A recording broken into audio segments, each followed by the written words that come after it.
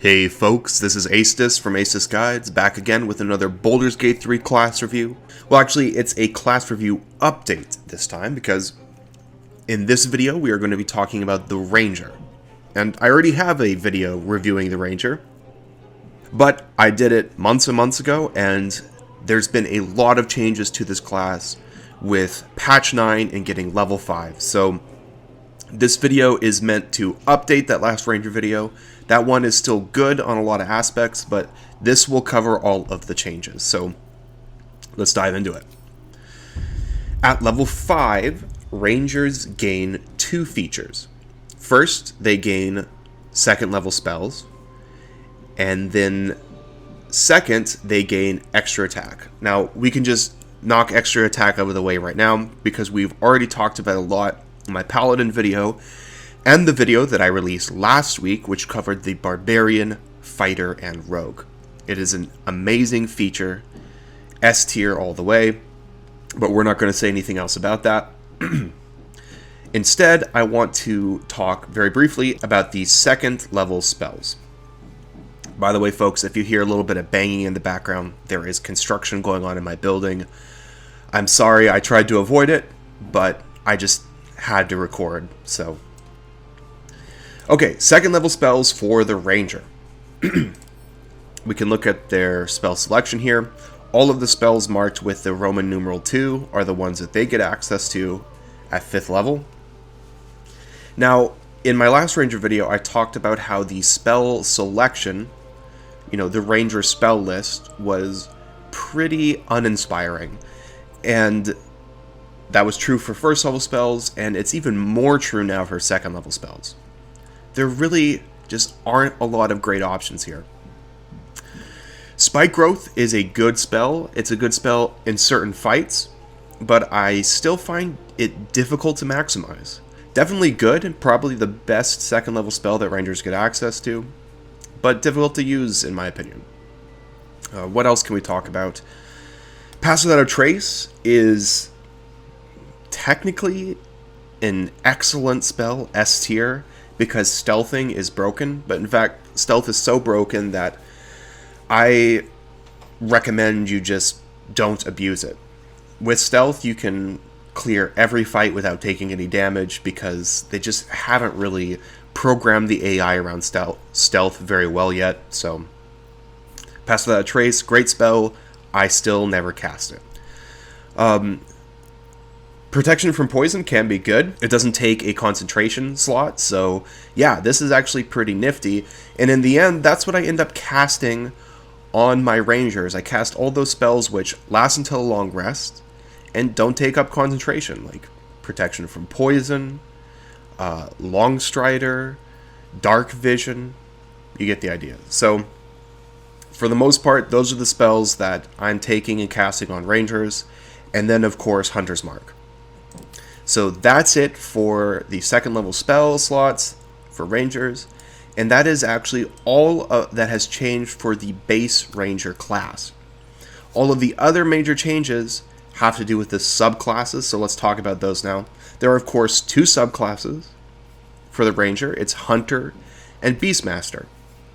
And conveniently, we don't have to talk about Hunter at all, because it doesn't gain anything for its subclass at level 5. But Beastmaster does. It gains this feature down here, Companion's Bond.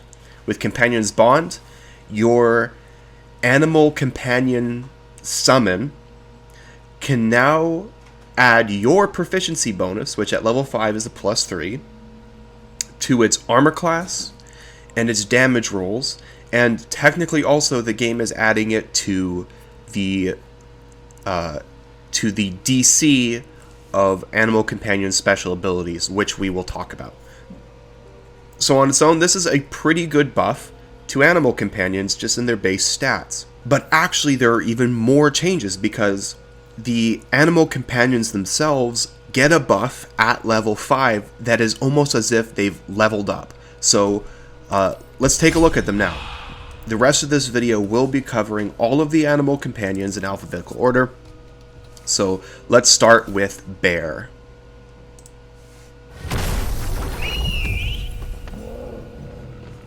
Okay, the Bear At level 5 has 39 hit points and 15 armor class.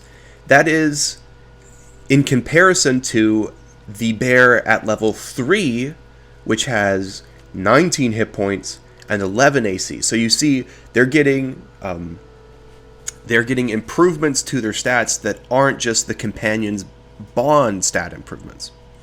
And then also, animal companions have gained in patch 9 several interesting, unique abilities. Real quick though, let's talk about the damage that bears do, because I consider that under base stats. Bears do 1d8 plus 5 damage. It says 1d8 plus 2, but in the tooltip, but that is not factoring in the companion's bond plus 3 from your ranger's proficiency bonus. So it is 1d8 plus 5. That's actually the lowest damage of any of the animal companions. Now on to special abilities. Bears at level 3 get Goading Roar. This is identical to the Goading Roar special ability that the Circle of the Moon Druid Wild Shape got. So if you want to know about it, you can watch my Druid class review. Basically, this is an AoE taunt that targets the Wisdom saving throw. The DC is... I'm not sure. That's just one quick note. The DCs on all of the animal companion abilities are really messed up right now. They just really inconsistent coding. There's tons of bugs. So we'll see some of those while we explore them. But they're so bugged that it's probably best that if you want to know the DC, you just test it in your game. And that's very easy to do because you're not locked into any of these animal companions. You can summon any of them, and if you have one summoned, you can change it to any of the others whenever you want. So because you're not locked in, it's easiest for you to test the DCs yourself. But yeah, that was Goading Roar. Goading Roar is an AoE taunt. Quite a large AoE taunt, and it kind of makes the bear into a decent tank, and that's great. But at level 5, bears gain Honeyed Paws. Honeyed Paws, if you believe the tooltip, is an attack that does slightly less damage, 1d4 instead of 1d8, but has a chance to disarm an opponent if they are armed. And if they aren't armed, like say the Bulle, where its attacks are just its claws, then it will knock them prone. This is really, really good. It's a great trade because the damage isn't that much less. And disarm in particular is an extremely crippling debuff. The AI in this game does not function well around sidearm, so if you can disarm an opponent, like say Bernard, who I've killed over here, or any of the Githyanki Patrol, and then you take their weapon, you've effectively neutralized them for the rest of combat, and there isn't a status effect that competes with that. It's just so good, and it makes the bear into a really good tank summon. It can draw aggro, it has quite a bit of hit points, especially when you consider you can refresh these hit points every combat by resummoning the bear. And then it has this really good CC effect with Honeyed Paws. But also, Honeyed Paws is better than the tooltip says, because it's actually not dealing 1d4 plus 5, it's dealing 1d8 plus 5. I can show you here. If you look at the damage, 1d8 plus 2 from the bear strength, plus 3 from the companion's bond, 1d8 plus 5, which is identical to its normal attack. That means Honeyed Paws is basically a normal attack, plus the potential of this disarm effect. It's really, really good. The bear is definitely one of the better companions. But let's look at some of those other companions now. Next up in alphabetical order is the boar. The boar is really funny to me. When I first playtested the ranger, I was most hyped on the boar because of its special abilities, but let's start with its base stats. Boars have 27 health, and that's a little deceptive, as we'll see. It has quite a bit more than that. It has 14 armor class, the lowest of any of the animal summons. And then its attacks deal 1d6 plus 5. But again, deceptive, it actually deals more than that when you get to its special ability, which at level 5, it gains Rage. This is identical to Barbarian Rage without a subclass modifying it. That means it's giving you +2 to your damage, and it's giving you resistance to physical damage. However, to maintain Rage, you have to either make an attack roll or take damage in a round. So if you ever go around without making an attack roll or taking damage, Rage will end. Not a problem for the boar, though. So that is why the base stats of the boar are kind of deceptive. That 27 health is doubling against physical damage, which is, as you know, most of the damage that you take. So this is more like 54 hit points than it is 27. And that means that's the most hit points. The most by far. And remember, you can resummon this guy every fight. So you're adding, every time you summon it, 54 hit points to the overall health pool of your party. That is wild. And then its damage is not 1d6 plus 5. It's in fact 1d6 plus 7. By the way, for your attack rolls, boars are gaining +5 to attack, and bears are gaining +5 to attack. Actually, every animal companion gets a +5 to its attack roll, except for the spider, which we will get to. The other special ability that boars get is Boar Charge. They actually get access to this at level 3. As far as I can tell, it's identical to the charge that Elkhart Barbarians get, so you can watch my Barbarian video for more in-depth analysis of that. The gist is that it's not really that good. It's not doing a ton of damage. It is a strength save attack, which is not super reliable, and prone is a mediocre condition anyways. By all means use it if you summon the boar, but it's not really a selling point. It's not that good compared to the abilities of other summons. Overall, the boar is basically a stat block. It has the most hit points and does kind of a lot of damage when you factor in rage, but not really adding any CC or any team boosting effects or anything like that. It's just a bag of stats. And for that reason, I find it slightly worse than most of the other companions, but all of these companions are really good. Definitely worth the summon. Alright. That is Boar. Next up is the Raven. The Raven. At level 3, I think the Raven's the best summon, but it starts to lose out by the time you get to level 5. So the Raven has, for base stats, 21 health, that is the lowest, but it has 19 AC, which is the highest of any of the animal companions. That said, I greatly prefer more health than more AC, because of just the fundamental math of 5th edition. You're always going to take hits, regardless of how high your AC is, unless you can have a reliable way to impose disadvantage on enemies. That's just the way the flat math works. So, but still, 21 hit points with 19 AC is pretty tanky. You can definitely put the Raven on the front lines, and you'll want to because of its special abilities. The special ability it gets at level 3 is Rend Vision. This is like a slightly worse than its normal attack. Its normal attack does 2d4 plus 5. This deals 1d6 plus 5, but it has a chance to blind the target. You can see Will here is blinded, and he didn't make a saving throw. If the attack hits, he's automatically blinded, and that is awesome. Blind, of course, as a condition, a blinded target has disadvantage on their attack rolls, and attack rolls against them have advantage, so that's pretty potent. This is good. In fact, this is the main selling points of the Raven, and it's why it's the best at level 3, because it gets its best ability at level 3. All the other animal companions get their best ability at level 5. At level 5, Ravens gain Bad Omen, which is kind of interesting. With Bad Omen, you throw one of your feathers, and you can think of it as like a save spell cantrip. It targets the Wisdom save, and like all save spells, enemies take half damage if they succeed on their save. If they fail on their save, they're going to take 2d8 piercing damage and become cursed. Attacks against a cursed target have advantage. So you're kind of marking a target, and attacks against them have advantage, which is about half of the effect that you're getting from blinded anyways.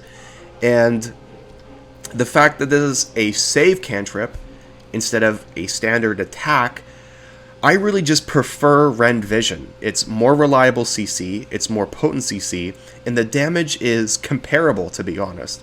Even though it does less overall damage, you have a chance to crit, right? Where Bad Omen, better damage, you're never critting, but you are doing half on a miss, so to speak. You can do the math yourself to compare them. I find that both of them are just kind of fine damage, and what I really want from the Raven is that CC effect. And Blind is better, and they don't have a saving throw to resist it. So I definitely prefer Rend Vision. Bad Omen also is kind of ranged. You can see it's a ranged attack, but not a very long range.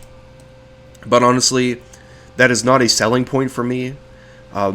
I want all of my animal summons on the front line soaking damage, because damage dealt against your animal companion, you can automatically heal up every fight just by resummoning them, right? So I always play my Raven on the front lines trying to blind targets. And then as a frontline unit, it's slightly worse than some of the other options, like the bear or the one we're talking about next, which is the spider. Not as bad as it could have. Now, of all the companions, I'd say I'm most hyped about the spider and the bear. We've talked about the bear and why it's so good. Now let's talk about the spider. The spider base stats, it has 24 hit points, kind of low, but an 18 armor class. That's really good. And the combination of these makes it pretty tanky. I'd say comparable in tankiness to the bear. But what really sets it apart is its special abilities, and it kind of actually gets 3, whereas the other animal companions just get 2. Oh, real quick, the spider actually has a passive boost, 2 passive boosts. One of them is Dark Vision, 12 meters, awesome, and it has this Web Walker feature, which makes it immune to web surfaces like from the spell Web.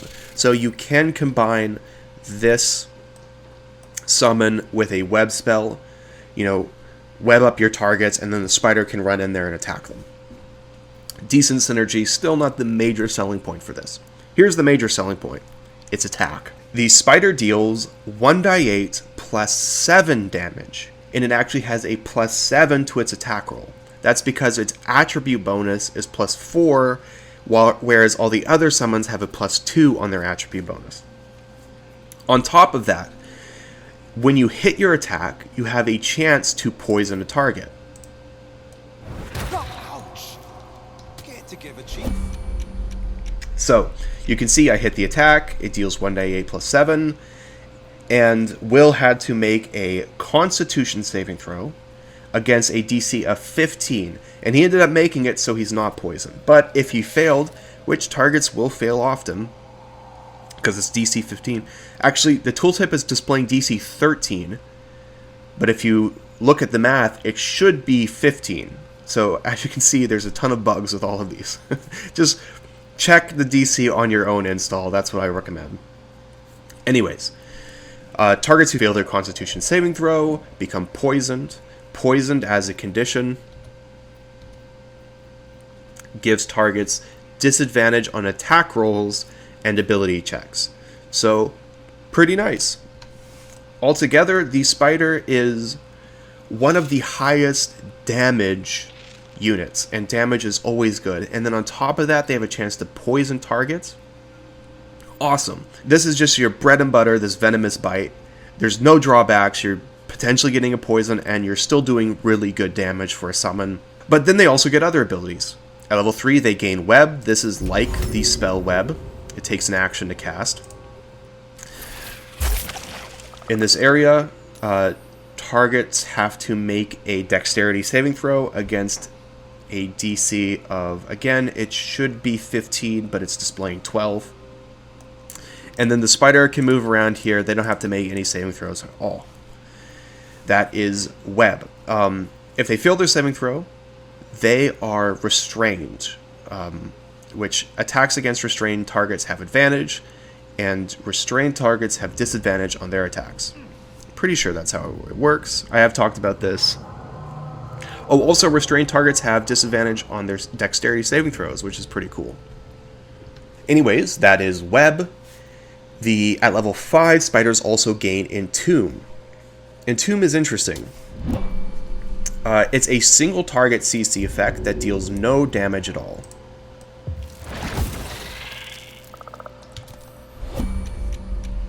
So you can see here I've cast it on Will, and Will failed his saving throw. DC 15, this time it's not bugged, it's displaying the right DC. Although, it should be a dex save, but you can see here it's saying it's an intelligence save. Another bug. I'm sure they'll fix that on full release. Okay, so if targets fail their intelligence saving throw, which I'm just realizing actually makes Entomb much better than I thought. Monsters usually have lower intelligence than they do dexterity. They become entombed. This is a new condition. An entombed target cannot take actions, bonus actions, or reactions. So basically, their turn is cancelled, which is amazing. Moreover, it doesn't say this on the tooltip display, but attacks against an entombed target have advantage. But honestly, you don't want to attack them, because the condition ends when they take damage. And unlike other effects like Sleep or Hold Person or Tasha's Hideous Laughter, you're not guaranteed to hit, and you're not guaranteed a crit. All you're getting is an advantage on attack against an entombed target, so it's much better to ignore the entombed target and just let it cancel their turns. One thing the tooltip also does not say is they get to make a save to resist entombed at the end of each of their turns, which we just saw. You see, this is the initial failed saving throw that Will made, and now he's failed it again on his second turn. What's next? And then if we end, we can see, you can watch him right here. He makes another saving throw, and he failed that one as well. So it could last up to 3 turns, but it might also just be 1 turn or 2 turns. You get the idea. Honestly, if it was a guaranteed 3 turns off of 1 failed saving throw, it would be so overpowered. Honestly, even right now, it is really, really strong. Use this against high-value targets with low intelligence saving throw, I guess. The higher the value, that means the more value you're getting out of canceling their turn. Whereas if you just use this on, say, a goblin, they could kill with 1 attack anyways, it's not that good. Using it against, say, the Beulah, who's probably has a low intelligence saving throw and has extremely high value turns, now we're talking. Entomb and Honey Paws are the most exciting of the abilities that animal companions get, and also stats wise I find that spiders and bears are kind of the best. So those are the main 2 that I use in my runs, but remember, you're not restricted to any of these. You can summon whichever one you need for whichever encounter you're about to go into. That said, we actually still have one more to talk about, and that is the wolf.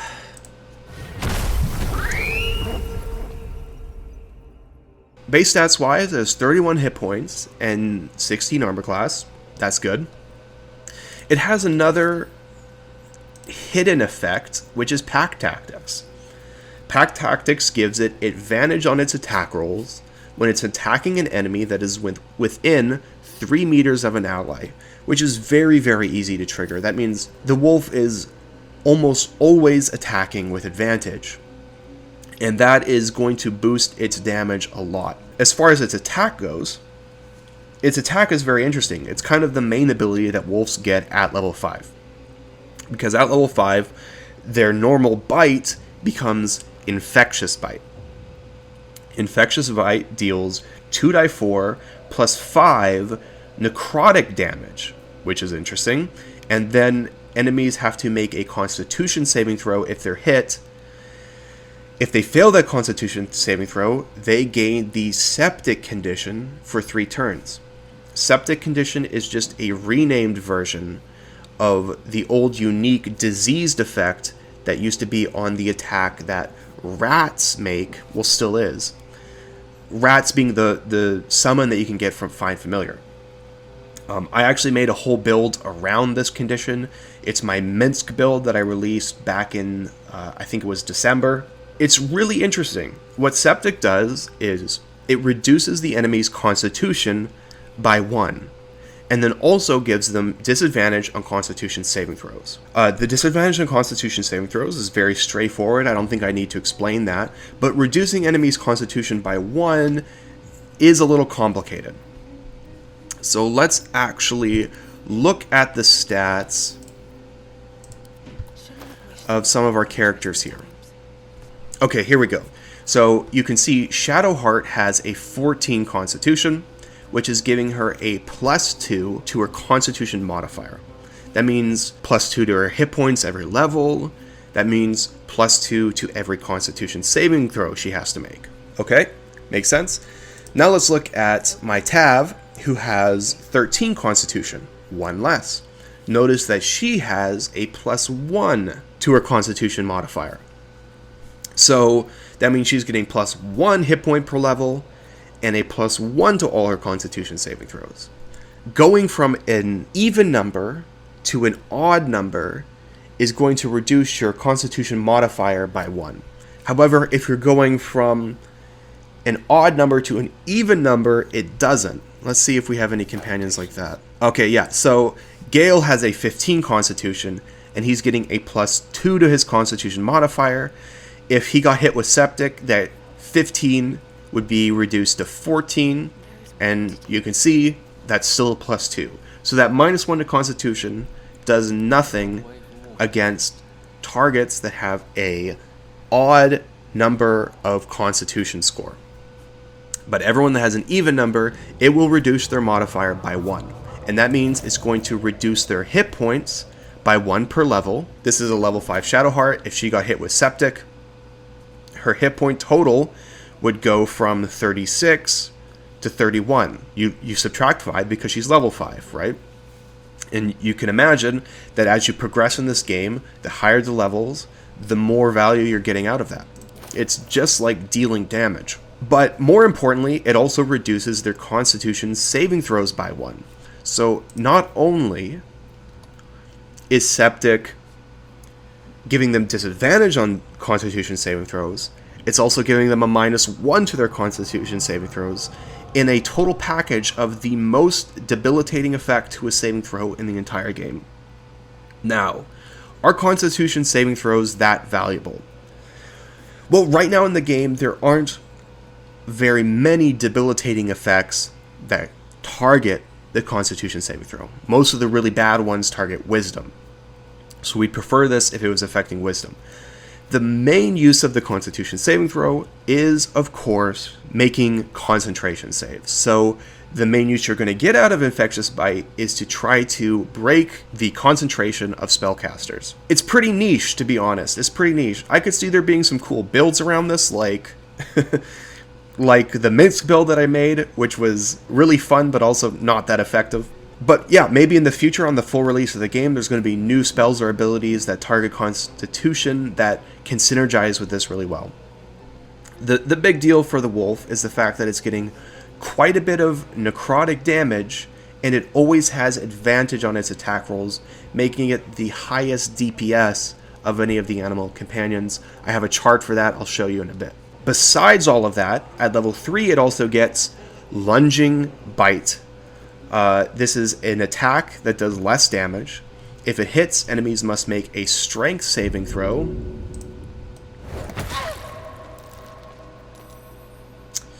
Strength saving throw against a DC of what should be 13, but it's displaying 11. And if they fail that saving throw, they are knocked prone for 2 rounds, but you know how prone is. You just use your movement to get up anyways. So, not that good. Honestly, not that good. Lunging Bite, I never use it because Infectious Bite is always better. So the niche that the Wolf fills is 1 in debuffing enemy constitution saving throws and just doing more damage than any of the companions. Alright, Now we are comparing the animal companions, and I don't really know how helpful this is, but people say they like it when I actually show the math. So here's a chart I made up to compare the damage that the animal companions give you. This graph makes it all very clear. And you can see, as I said in my review, that spider and wolf are kind of in a league of their own. And bear, boar, and raven are a step below, with boar being the best of the three and bear being the worst, but still very similar in terms of damage output. With the spider and wolf, spider tends to do better against the very low extreme of armor classes and at the very high extreme of armor classes, but this middle zone, which is the range of armor classes that you will most often be attacking, the wolf performs better, and that's why I say the wolf is the best DPR of the animal companions if you're just choosing it for damage. And choosing it for damage is kind of a valid choice. The damage on the companions is not very high. You see, against a 12 AC, a wolf is doing 9 to 10 damage. But when you add that on top of the base ranger class, which is getting 4 attacks when hasted with Hunter's Mark, it adds up to a lot of DPR on the Beastmaster Ranger class. Definitely on the high end of DPR. So choosing your animal companion for damage, very valid.